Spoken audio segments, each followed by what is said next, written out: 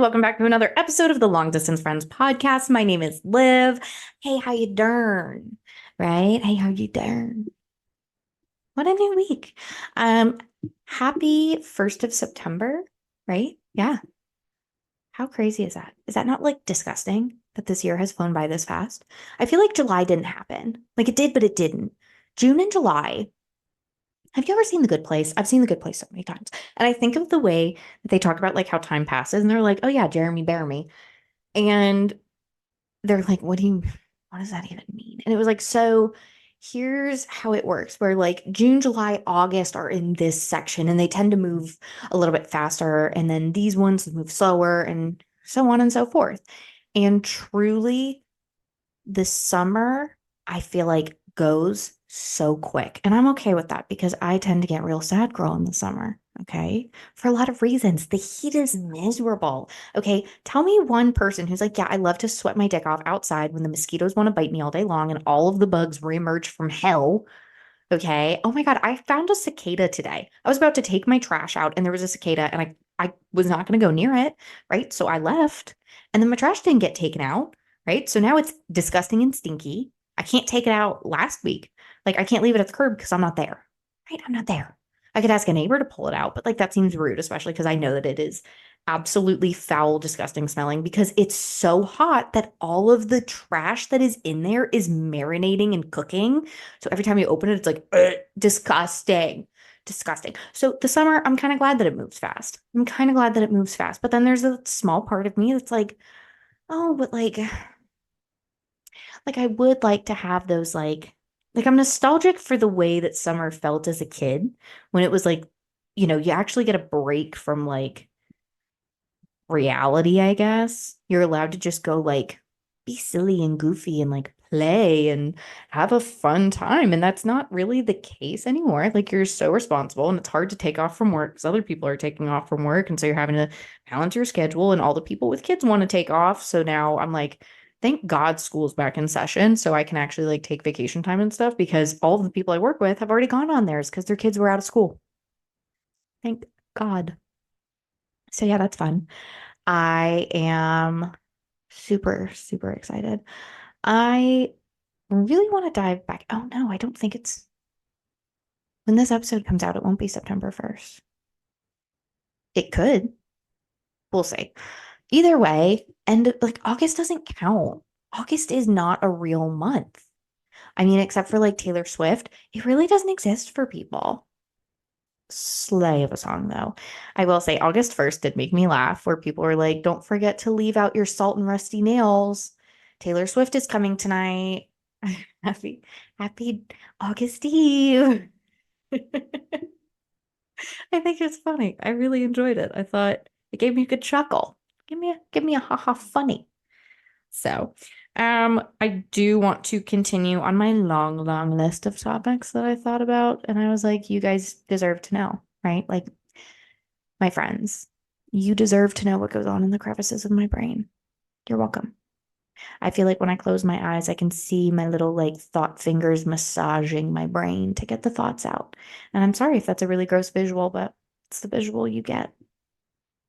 So, um, I do want to take a moment because I don't have a problem, but I definitely have been spending more time doing this than I care to admit, right? And like I feel like it's not a horrible thing. It's not a dirty little secret, but I have been playing Animal Crossing so much. I've had a Nintendo Switch for 3 years, right? I got it when I started my last job because I was like, oh, like it'll give me something to do. I have a girlfriend who has one. We'll like play together and hang out and like whatever. And I played it for like a month total over the course of the past 3 years and over the past like 2 weeks. Termix was like, maybe you should get into like, he's been trying to like throw, hobbies at me of like things to do with my time so that I'm not just like scrolling on TikTok and I, get to a point where I like feel miserable. And so that was one of them. He was like, maybe pick up video games. And I was like, I don't have the hand-eye coordination for that. Like I have a Nintendo Switch that I have not used. And he was like, wait, you do? It's like, yeah, it's in the home studio. And he was like, what the fuck? Like, play that. I was like, yeah, just like I'm not super into it because like I didn't get to the point in Animal Crossing that I was like, oh, I have tasks to do. So I need to go do these things so that I can build this thing so that like I hadn't gotten to that point of it yet. And now that I am, I'm like, I gotta go sell some turnips. I've got to go like build an iron table so that I can create this house so that somebody else can move in. So that way I can start having visitors come to the island so that I can get another type of fruit tree. And now I'm like invested. I did have someone recommend Stardew Valley to me, which I have no interest in because I did have an ex-boyfriend who played it. And I was like, oh, like cute, your video game. Like, I love this for you, whatever. And he like threw a hissy fit about it. And I was like, cool, okay. All right, crazy pants. But I was always the kid that had like the escape room games as a kid. Like, I did not play video games a lot. I just had like game apps on my phone. So I never actually played The Sims. I did have the app of The Sims on my phone. And I played that back in the early aughts here and there, but I like couldn't get on board with the fact that I was like, I have to like wait 15 million hours for things to build and, oh, you can buy gems and then the gems make it faster. And I was like, no, I'm not doing that. I'm not wasting my money on that. I'd rather go like buy things that I can actually tangibly use and have. I'm not going to just pay to play this game faster. And I look back at it and I'm like, I probably would have enjoyed it more if I had done that. But it's fine. We live and we learn. And so I was never into it. I was like, video games are stupid. I just don't have the connection to it in my brain. I'd rather scroll through Instagram. I'd rather, create TikTok videos. I'd rather do, social media things instead of games.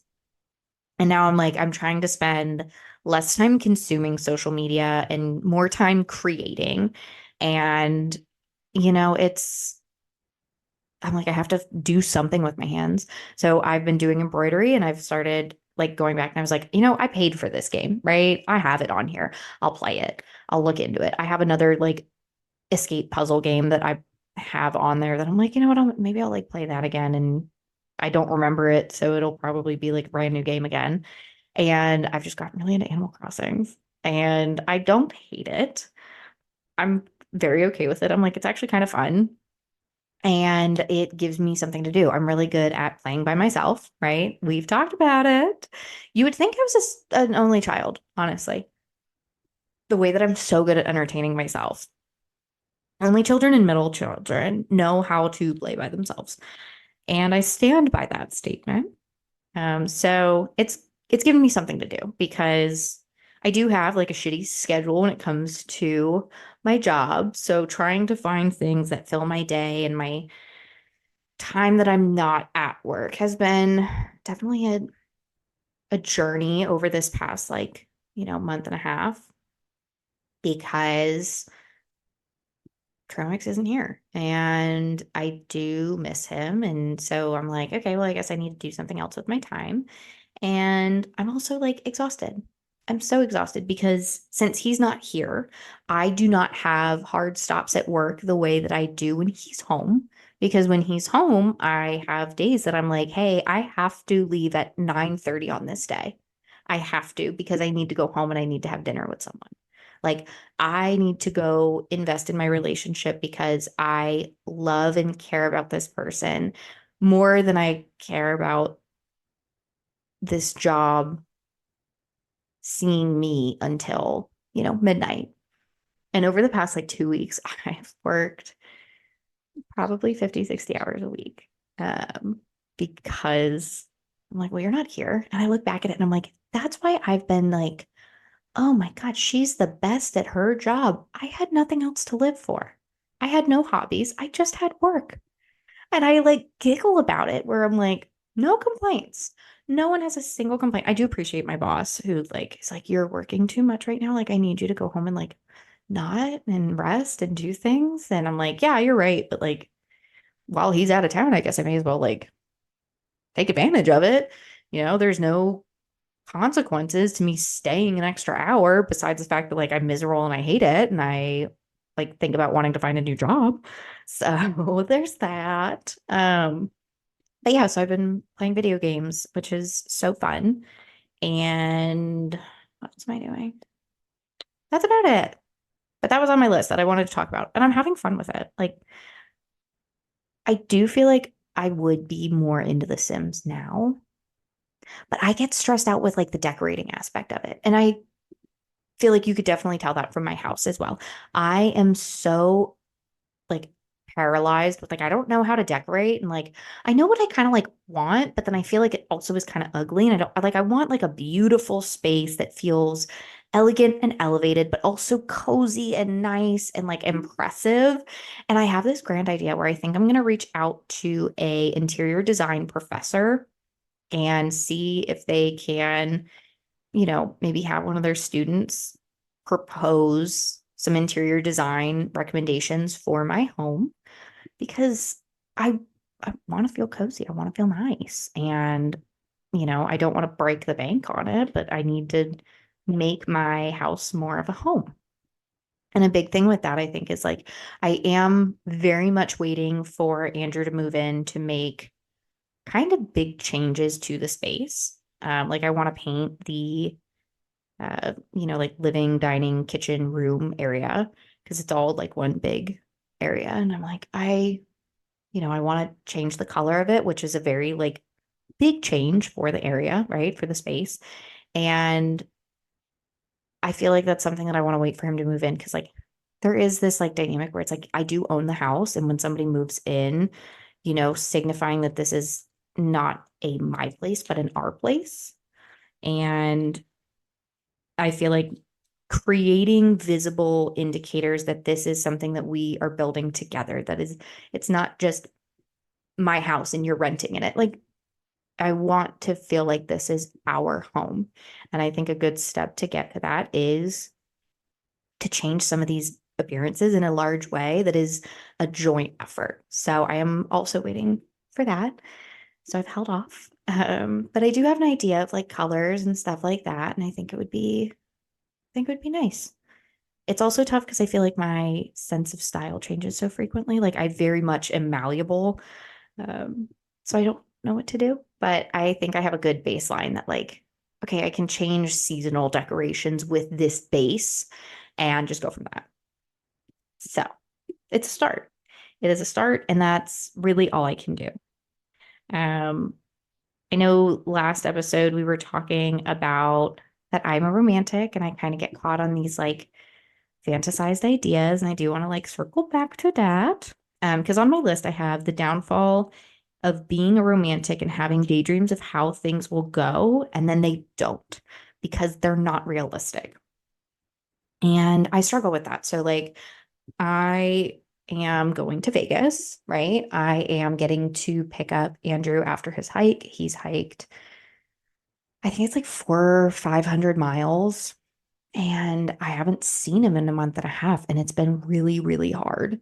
And genuinely, I think it's one of the hardest things I've had to experience emotionally and mentally because, I kind of told him about it, like having him not around while I'm at home. Like he's out doing this thing that I'm so proud of him for, and I'm so excited for him, and it's such a big deal. And I'm at home having to experience what it would be like to lose him. And I don't just mean like break up. I mean, like, it feels like I'm having to look at what life would be like if he died. And that's terrifying. It is so scary and it's so hard. And I feel like I'm going through grief. Um, and because I know that that grief is pseudo grief and it's not real, I've been trying to really focus on what's in my control and the positives of like, I get to focus on our hello because we're going to go say hello again, right? Like every goodbye is an opportunity for a big hello. And I get attached to that, I like the idea of having this big hello that someone wants to like be extravagant and have this like over the top, response of. And so I do think very cinematically, I think very artistically. I tend to be a little bit of a daydreamer. So I have this mental image of like scenes in a movie of we get reunited. You have that big, like, she runs to him, he picks her up off of her feet, and they spin around, and smooch and cry, and they're so happy. And then we get this montage of like the joy that they're going through on some like fancy nice night out, and we're partying and we're doing all these things that in my head, I'm like, these are the fun things. And then I have to like look back at it. I'm like, these aren't realistic. Like going clubbing the way that I envision in my head doesn't exist anymore. Like it genuinely is not a thing that exists in the year of our Lord 2024. Okay, it existed in the year of our Lord 2002, but it does not exist anymore. It just doesn't. So that's frustrating. And then I have, like, oh, I want to like dress up a certain way and go do this type of thing. And then I like really have to remember the fact that like I love Andrew so much. There are certain situations that I'm like, that is not how you act. Like that genuinely you as a person, that's not your personality.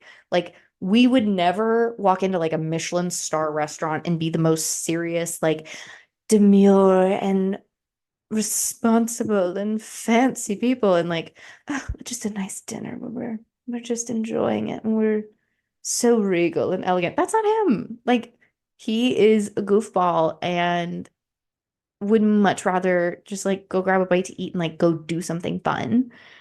But also, he just walked 500 miles and he's exhausted. So he also was like, I really don't want to do things. Like, I want to go home and sleep. And I'm like, but I want to do things because I've spent the past month and a half doing things to pacify my time, but I want to like have an adventure. And I did have a full breakdown to him about it. He was like, I don't know why you're so like dead set on Vegas. And I was like, because I have this mental image of like us having a nice vacation. And I have this mental image that I do have to let go of because it is not realistic. And I am, rational enough as a human being to be able to look at it and go, that's not a real thing. That is not realistic. That is make believe, right? And I need to let go of that because that doesn't exist. It's not real. So there's that. And it is tough. It is very tough because, like, I have this mental image of what it's going to look like when I see him for the first time and when we are reunited at last and all the things. And I'm like, I don't even know what the landscape is going to look like. So, me having this like perfect mental image of like the cinematic, like, oh, here we are, and my hair is blowing in the wind, and it's not real. Like it's genuinely not real. And I think having the kind of brain that does that, one, I realize that it is the byproduct of childhood trauma, right?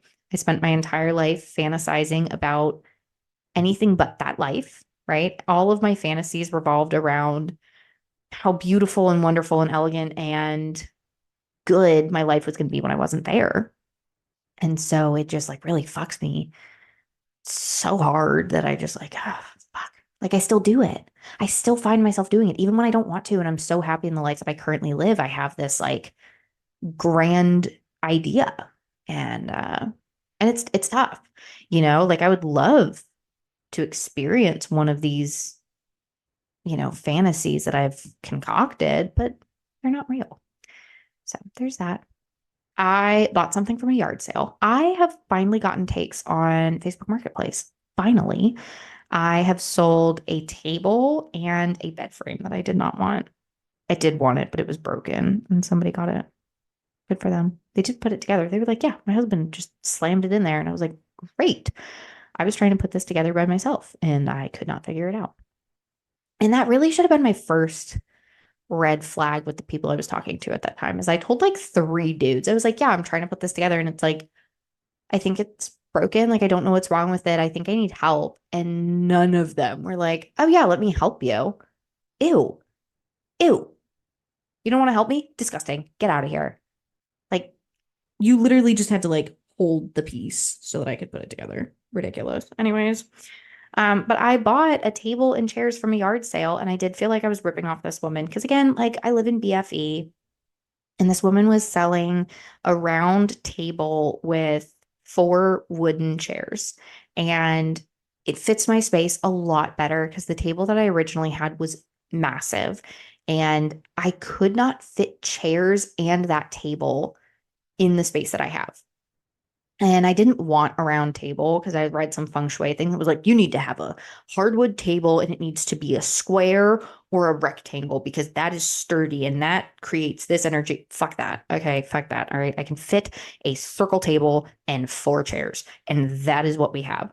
And this little lady was selling it. And she was like, is $30 too much? And I was like, yeah, no, $30 is absolutely fine. Do you want more? She was like, no, $30 is all right. Like, okay, I feel like I'm ripping you off, but okay.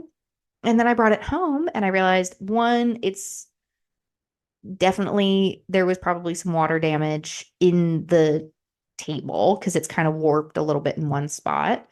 And it smells like cigarettes. And I didn't realize it until it had been in my house for like 24 hours. And I was like, oh, this was definitely a smoking household. Amazing. Got to clean that up. I don't know how. I don't know how to get the smell of cigarettes out of it. I've had an air purifier just blasting, sitting on the chairs to kind of like absorb the smell and get rid of it.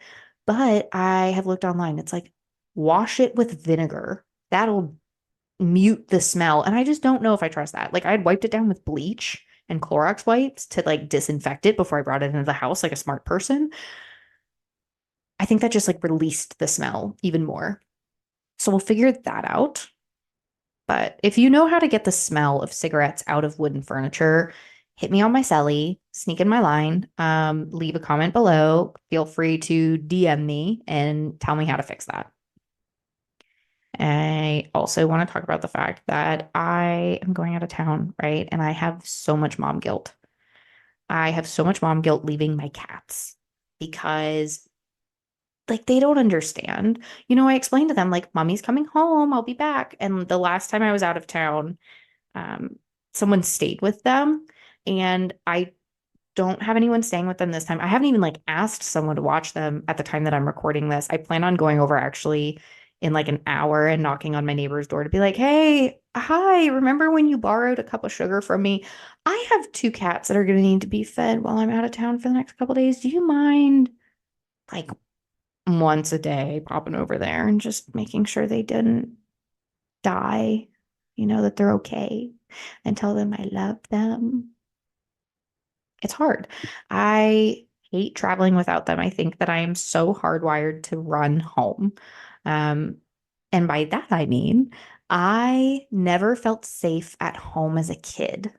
Like again, my delusional ideas. I had this big, grand idea of having a home that felt safe and that I wanted to be in and that I felt comfortable existing in because I didn't have that where I lived, right? I didn't have that in the home that I grew up in. And I've worked so hard to build my own home. And I love that. I love that I've created, a space that is very uniquely mine and that I feel safe in. And I never feel like I'm walking on eggshells and I never feel afraid to come home. I never dread coming home. And I'm so excited. And I have, my boys who I love so much and that I've curated this space to be what it is for them. And they are part of when I think of home. They're my babies. I love going to bed and having them snuggle up to me every night. I love knowing who likes to sleep on what side of the bed or who likes to sleep on the couch versus in the bed. And, Tootie likes to sleep in the bed with me. Noodle likes to sleep on the couch and keep an eye on the happenings of the neighborhood while I sleep. And then when it's time to wake up, Noodle wants to come in and greet me and is like, okay, hi, good morning. Hi, mama. And Tootie is like, all right, my turn to go keep watch. I love that. And so I always am like, going out of town, I get so excited to like go out of town and do all of these things, but there is that like I miss, the routine of home. I miss my boys. And I think that's what I love so much about the idea of like van life is like I want to have all of these adventures and not feel that like pang of like, oh, I feel bad for them because like they're alone. They have me at home or they have, Andrew staying with them or they have somebody else here with them. And to not have that for them, I think makes me really sad because, they don't know. And I do tell them, I give them like a full lay down of like, mama's going here and she's going to do this, she's going to do that. And I do drop into my little Alexas. I can drop in, I've got an Alexa show in the kitchen that I can drop into and like FaceTime with them, but they don't understand it, right? Naturally, because they're cats and they can only do so much. So I need to move that to try and put it in a better spot so that I can hopefully see them more frequently. But yeah, so I feel a lot of mom guilt leaving them. And it brings me to my next topic of because I'm going out of town, I have TSA pre-check, right? We know this. We know that I took a little trip to Chicago to have an interview with the TSA, right? So that I could be like, yes, I promise that I'm a safe, hardworking American who is not going to bring illegal plants across the border so that I could get my global entry, right? Oh, by the way, not going to Ireland anymore this year. Canceled that because I realized, can't afford that. And like I could. I would just put myself in a place that would be really stressful financially, and I don't want to do that. And also having to wait another 4 months to take time off of work is painful to think about. And I had the realization a couple weeks ago where I was like, I don't want to spend my birthday alone. I'm turning 25. I have a milestone birthday. And when I booked this, I was single and I have a couple girlfriends in town, but I was like, it's a milestone birthday. I need to do something big. I need to go to Ireland. And I'm like, when I do those things, I want to do them with people. Like, I'm not the type of person who wants to like do everything alone. And we've talked about this, but I feel like I have to. I have everybody that's like, it's so empowering to do a solo trip. I want to experience it with someone though. Like, genuinely, I'd rather do it with someone. I want to like go and have fun and be able to like make memories with people. I want my existence to be experienced and witnessed by someone who wants to witness and experience it. Is that too much to ask? I don't think so. So, anyways, not going to Ireland, but I am going to Los Angeles and Las Vegas and Alabama. It's going to be so much fun. Yeah, this is coming out not on September 1st. I don't know why I said that. I'm so sorry. I don't know my dates. September 1st is a Sunday. Oh my God.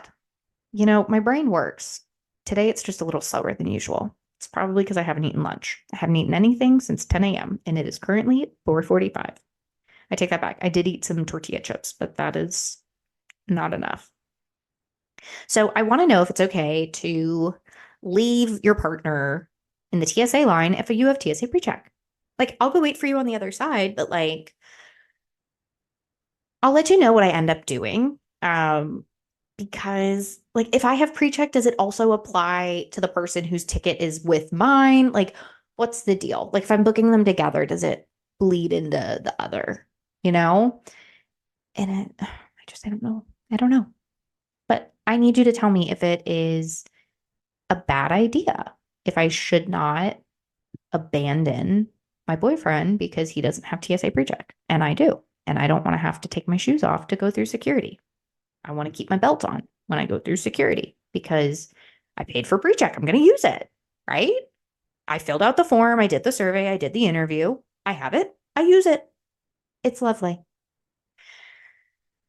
Because I feel like some people are like, no, you shouldn't do that. And then it does bring me to like, okay, so if there is an upgrade available, right? They're like, hey, we can move you to first class. Actually, if you want, we can bring you to, the Delta One seats. Great. Oh, but we only have one. Do I say, oh no, I don't want to do that. I could only do it if we have two, right? Because here's what I think. I think that it is socially acceptable for in a heteronormative, you know, classic, old school, outdated gender role, right? Because that's what I'm thinking. I think that it would be okay for the man in this heterosexual relationship to say, no, baby, you take the upgrade, you get the bigger seat. You relax, right? If he took it, I'd be upset, right? But if he was like, no, no, baby, you take it, different story. Now, what would I do as a polite person? I probably would be like, no, I really want to sit with him. I haven't seen you in a month and a half. I'd like to sit next to you on the plane. But I also don't know what this guy is like on a plane. So what if I do like the first flight and then the second flight? I'm like, I don't want to sit next to you. You fart the whole time. I can't deal with that. Or you leave the window open, right? Like a crazy person the whole time, and then you cause a glare on everybody else's TV. You never know. Okay. I'm also a window down person. Like you pull it up to like see every once in a while and just kind of peek. If you have the window up for the entire flight, you are crazy. You are genuinely crazy. I will say I'm also a little nervy worvy. I don't know what goes with nervy. A lot of things. I am nervous because I don't have my AirPods. I gave him my AirPods when he left because he forgot his and was like, oh shit, that sucks. And I was like, oh, just take mine. Like, it's totally fine. It is totally fine. You can take mine. And so I have not had them. I have not worked out with music in a gym with other people in a month. If I'm by myself, I can turn on, music on the speakers, but I don't have access to listening to my own things, which is rough. It's very rough. So he has my AirPods and I am gonna fly out without them. And thankfully I'm flying Delta. So like I know that I can get like, the little clip-in headphones and I could even wear the ones that I'm using for recording, but I don't want to wear over the head beats the whole time because that just takes up too much space in my bag, right? And we want to have enough space to go shopping and bring a lot of things home, right? So that'll be really interesting and I'll tell you how it goes. I don't know how long I've been recording for. Hopefully this is a full episode because I'm getting tired and I need to go get a snack. So I love you. Thank you for being here. Don't forget to check us out on the social medias. You can find me on TikTok at Live Laughed Loved. No, just kidding. Live Laughed Loathed. Good Lord Almighty. Okay, I love you. Have a great week. Don't forget to be nice to people. Bye.